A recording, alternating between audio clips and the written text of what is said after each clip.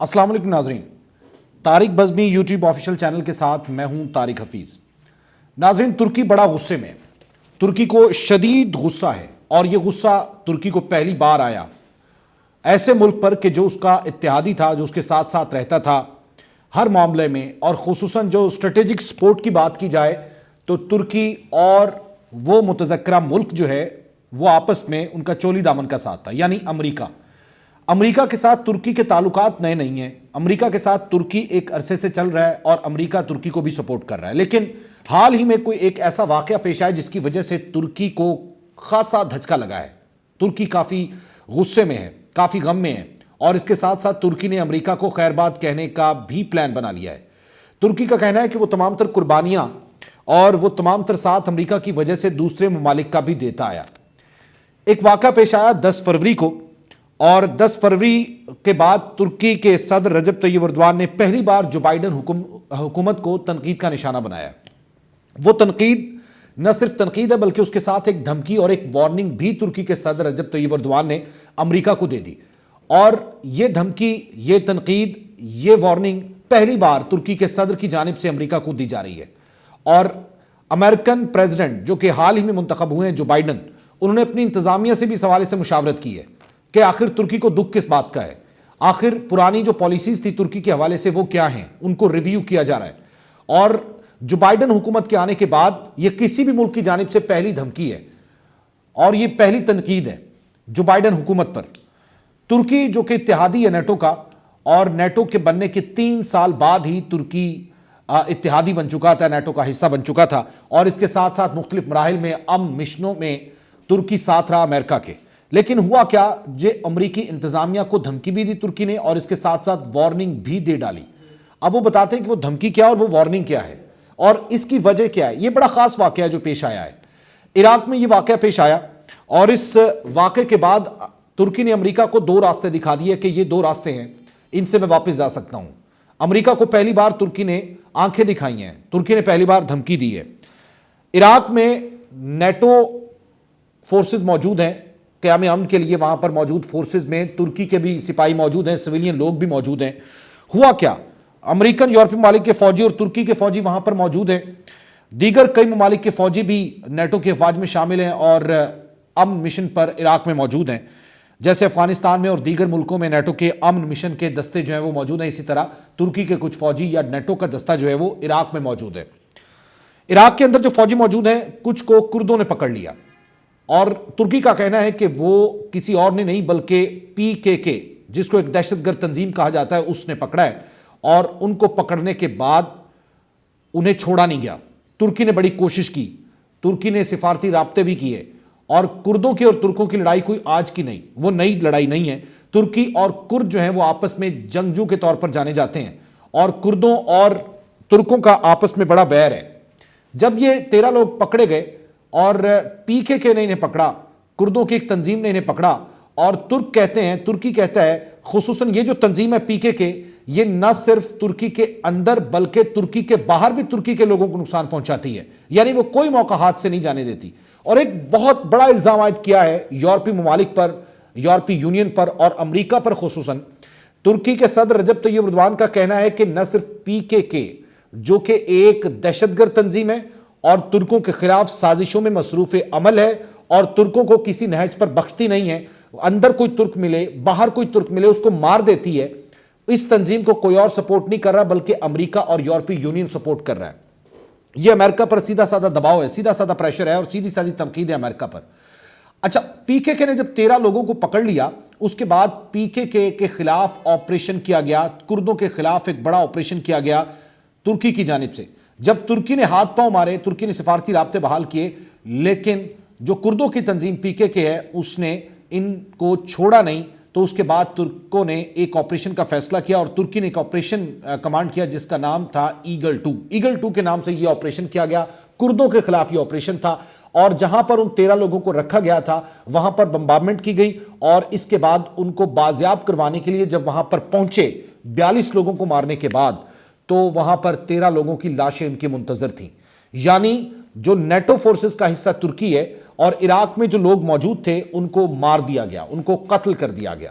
اس کے بعد ترکی کہ لوگوں میں خاصا غم و غصہ پایا جا رہا تھا اور امریکہ نے اس پر مذمت کی. جیسے ہی امریکہ نے اس پر مذمت کی تو رجب طیب اردوان نے ایک بڑا میسج دیا خصوصاً امریکہ کو اور کہا کہ امریکہ کی مذمت کافی نہیں بلکہ امریکہ اس پر ہمارا مذاق اڑا رہا ہے. ترکی کے لوگ خون آلود ہوئے ہیں, ترکی کے لوگ مارے گئے ہیں اور امریکہ ہمارا مذاق اڑا رہا ہے اور ہمیں اس کی ضرورت نہیں کہ مذمت کی جائے, کیونکہ ترکی ایک جانب یہ بھی الزام لگا رہا ہے کہ جو کرد تنظیم ہے PKK اس کو خصوصی طور پر سپورٹ کیا جا رہا ہے یورپی یونین اور امریکہ کی جانب سے. اور ایگل 2 آپریشن جو کیا گیا اس میں جب ان کو بازیابی کے لیے وہاں پر پہنچے تو لوگوں کی لاشیں ملی. اچھا, ترکی کا یہ بھی موقف ہے کہ ان 13 لوگوں کو مار دیا گیا. ان 13 لوگوں کے ساتھ نہیں بلکہ ترکی کے ساتھ زیادتی ہوئی ہے, ترکی کے لوگوں کو مارا گیا ہے. اور جو امریکہ نے یہ پیغام دیا ہے, امریکہ نے جو مذمت کی ہے یہ مذمت نہیں بلکہ ان کے زخموں پر نمک چھڑکا گیا ہے. اس کے ساتھ ساتھ ایگل 2 آپریشن کرتے ہوئے مخالف گروہ کے 42 لوگ مارے گئے, جبکہ امریکہ کہتا ہے کہ ترکی نے اپنے ہی لوگوں پر بمباری کی, اپنے ہی لوگوں کو بمبارمنٹ سے مار دیا. اندرون بیرون ملک رہنے والے لوگوں کو چھڑوانے کے لیے ترکی نے یہ آپریٹ کیا. ایک عرصے سے کرد الگ ریاست قائم کرنا چاہتے ہیں ترکی کہتے ہیں, اور اس کو سپورٹ کر رہی ہے یورپی یونین اور امریکہ. امریکہ اس کو سپورٹ کر رہا ہے. اس وجہ سے ایک جانب تو سپورٹ جاری ہے PKK کی اور دوسری جانب جو امریکہ ہے وہ ہماری مذمت کر رہا ہے, ہمارے شہیدوں کی مذمت کر رہا ہے, یعنی کہ زخموں پر نمک چھڑک رہا ہے. امریکہ نے اس واقعے پر مذمت تو کی لیکن ساتھ ہی یہ بھی کہا کہ ہمیں شک ہے کہ تمام لوگ ترکی نے خود ہی مار دیے. یعنی ایگل 2 جو آپریشن تھا وہ ترکی نے کیا اور ترکی نے خود ہی اپنے لوگ مار ڈالے. یہ الزام بھی ساتھ ہی لگا دیا. یعنی امریکہ نے الزام عائد کیا کہ جو آپریشن ایگل 2 ہے وہ بڑا مشکوک ہے اور اس آپریشن میں اپنی بمبارمنٹ سے 42 لوگ مار دیے ترکی نے. اس کے بعد ترکی نے اس پر اس سے بھی زیادہ سخت رد عمل دیا. ترکی کا کہنا ہے کہ اگر امریکہ اسی طرح کی سٹیٹمنٹ دیتا رہا اور امریکہ نے یہی رویہ رکھا تو پھر ترکی کی جانب سے یہ دھمکی دی گئی ہے کہ اگر دنیا بھر میں نیٹو اتحاد میں رکھنا چاہتا ہے امریکہ تو پھر اپنا یہ رویہ بدلے اور دہشت گردوں کی سائیڈ لینا چھوڑ دے. یہ ترکی کا بیان ہے. اس کے بعد منافقت کا رویہ چھوڑنا ہوگا. رجب طیب اردوان کہتے ہیں امریکہ کو, امریکہ ایک جانب تو ہمارے مذمت کرتا ہے کہ ان کے لوگ قتل ہوئے ہیں, شہید ہوئے ہیں, اور دوسری جانب جو ہے وہ یہ رویہ کہ 42 لوگ اپنی ہی بمباری سے جو ہے وہ مارے گئے. اس قسم کی منافقت کا رویہ چھوڑنا ہوگا, رجب طیب اردوان کہتے ہیں. اس کے بعد یہ بھی کہنا ہے, ایک اور الزام ترکی کی نے لگایا کہ ایک جانب تو ترکی کا ساتھ دے رہا ہے خصوصاً امریکہ اور دوسری جانب وہ دہشت گردوں کی پشت پناہی کر رہا ہے. یورپی یونین اور ترکی دہشت گردوں کی پشت پناہی کر رہے ہیں اور امریکہ سپورٹ کر رہا ہے 3 تنظیموں کو, جس میں PKK, YPG اور PYT. یہ وہ تنظیمیں جو دہشت گرد تنظیمیں جو کہ ترکی میں دہشت پھیلا رہی ہیں, ترکی میں دہشت گرد تنظیموں کو سپورٹ کر رہی ہیں, ترکی کے امن کو تباہ کر رہی ہیں اور امریکہ انہیں سپورٹ کر رہا ہے. اس کے ساتھ ساتھ امریکہ اور یورپی یونین ترکوں کا قتل کر رہا ہے اور 40,000 کے قریب ترک جو ہے وہ نقصان اٹھا چکے ہیں, اپنا جانی نقصان ہو چکا ہے ترکی کو بہت بڑا, اور اس کے پیچھے امریکہ اور یورپی یونین ہے. کردوں کو امریکہ کی آشیرواد حاصل ہے, یہ بھی رجب طیب اردوان نے کہا, اور اسی لیے وہ انہیں دہشت گرد ڈکلیئر نہیں کرتا. یعنی ایک جانب تو امریکہ مذمت کرتا ہے ہمارے لوگوں کے قتل ہونے کی اور دوسری جانب ان تنظیموں کو دہشت گرد ڈکلیئر نہیں کرتا بلکہ ان کی سپورٹ کرتا ہے, ان کی مالی معاونت کرتا ہے, اسٹریٹجک سپورٹ کرتا ہے. یہ الزام لگایا گیا ہے ترکی کے صدر کی جانب سے, یعنی رجب طیب اردوان کی جانب سے. اس کے بعد انہوں نے کہا کہ اگر اس طرح کے ڈکلیریشن نہیں آتی اور امریکہ ان تمام تنظیموں کے عہدیداران کو, ان تمام تنظیموں کو دہشت گرد ڈکلیئر نہیں کرتا تو وہ نیٹو کا اتحاد چھوڑ دے گا. اب سوال یہ پیدا ہوتا ہے کیا نیٹو کا اتحاد چھوڑنا امریکہ کے لیے بہت بڑی دھمکی ہے کہ جو رجب طیب اردوان نے دی؟